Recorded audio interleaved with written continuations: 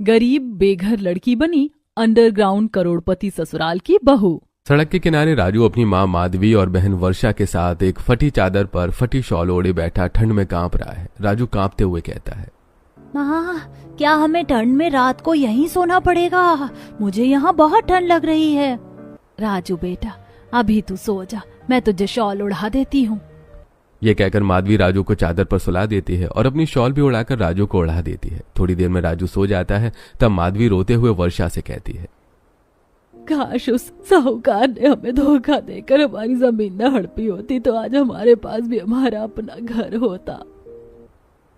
ऐसा कहकर माधवी अपनी पुरानी यादों में खो जाती है। माधवी का पति धर्मेश एक किसान था। गांव में उनका छोटा सा घर था। शाम को सभी लोग बैठकर बातें करते हुए खाना खा रहे थे। तभी साहूकार घर के बाहर आकर आवाज देता है, धर्मेश, अरे ओ धर्मेश। साहूकार की बात सुनकर धर्मेश बाहर आता है। तब साहूकार उसे कुछ कागज देते हुए कहता है, धर्मेश, जहाँ तुम्हारा घर है वो जमीन मेरी है।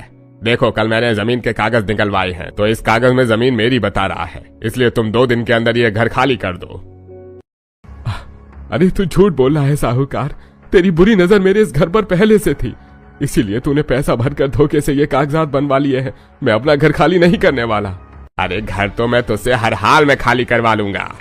ऐसा कहकर साहूकार चला जाता है। तब माधवी कहती है, आप तो जानते हैं कि साहूकार ताकतवर है, वो चाहे तो हमसे घर खाली करवा सकता है। हम गरीबों को उससे उलझना ठीक नहीं है। नहीं माधवी, मैं ये घर खाली नहीं करूंगा। ऐसा कहकर धर्मेश अपने कमरे में जाता है और सोने की कोशिश करता है, लेकिन उसे नींद नहीं आ रही थी। आधी रात को अचानक उसके सीने में दर्द होता है और वो दर्द से तड़पने लगता है। उसे देखकर माधवी कहती है, क्या हुआ आपको? क्या हुआ? आप ठीक तो है ना? वर्षा बेटा, जल्दी आ देख तेरे पिताजी को क्या हुआ। वर्षा दौड़कर आती है, लेकिन थोड़ी ही देर में धर्मेश की हार्ट अटैक से मृत्यु हो चुकी थी और सब कुछ खत्म हो चुका था। उसके अंतिम संस्कार के बाद साहूकार उन लोगों को धक्के देकर घर से निकाल देता है और वो लोग सड़क पर आ जाते हैं। ये सब सोचते हुए माधवी की आंखें भर जाती हैं और वो कहती है, भगवान ही जाने अब हमारा क्या होगा। माँ, तुम क्यों चिंता करती हो? सबसे पहले तो मैं कल अपने लिए कोई काम ढूंढूंगी, उसके बाद धीरे धीरे सब ठीक हो जाएगा। चलो हम दोनों भी सोने की कोशिश करते हैं।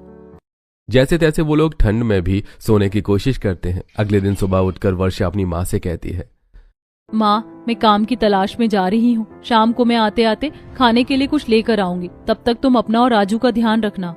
ऐसा कहकर वर्षा काम की तलाश में निकल जाती है। वो एक होटल में जाती है और होटल के मालिक से काम मांगती है, तो वो उसे बर्तन धोने और साफ सफाई का काम दे देता है।